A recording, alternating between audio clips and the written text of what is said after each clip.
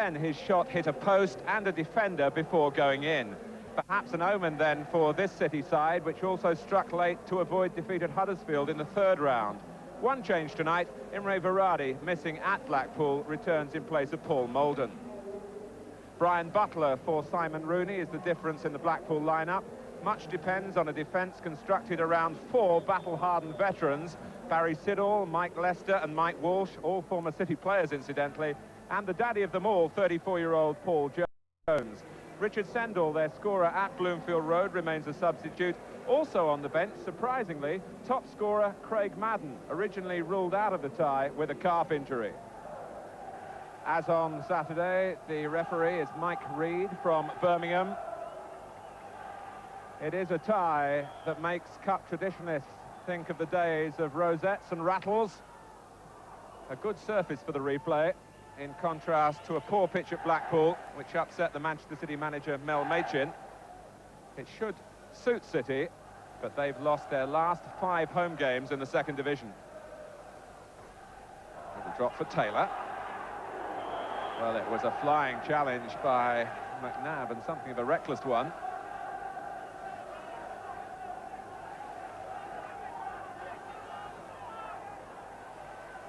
Morgan, who's done well.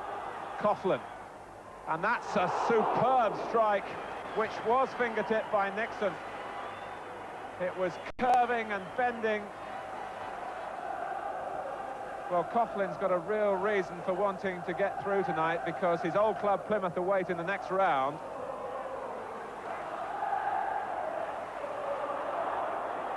Leicester there to try and plug a gap as well.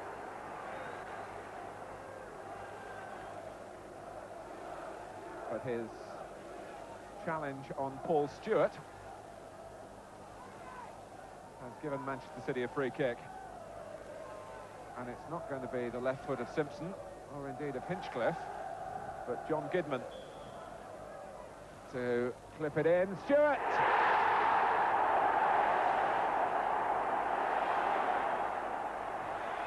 So Gidman's accuracy worked from the set play.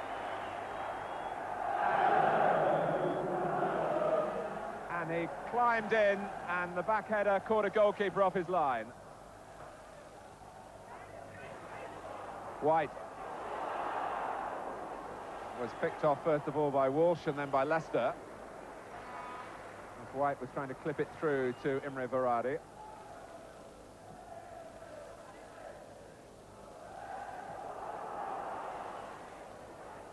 Clements, it drops for Deary, yes, 1-1, and a goal to remember in any year of the FA Cup. Manchester City really could have cleared it.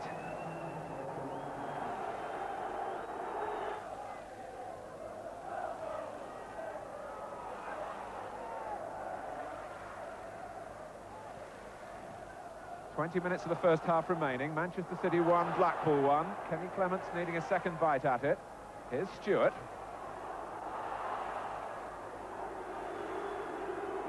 Paul Jones letting Stewart this time beat him, and Hinchcliffe. He's pointed to the penalty spot, and Blackpool are furious. They built a plan on stopping Hinchcliffe getting forward, but he got forward then. Well, it's going to be Paul Stewart. And he's missed it, badly, horribly wide. But what an eventful cup tie this is turning out to be.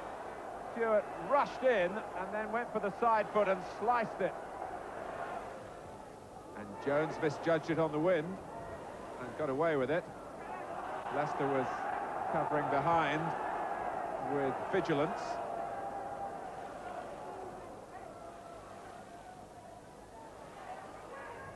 Varadi off the other side of the bar and followed in by Simpson. It was a blistering effort from White that beat Siddall to the wide. Underside of bar out, and Simpson in for the kill. Hit long by Redmond. Here's Stewart. Oh, so close. chasing the goal, he really let rip.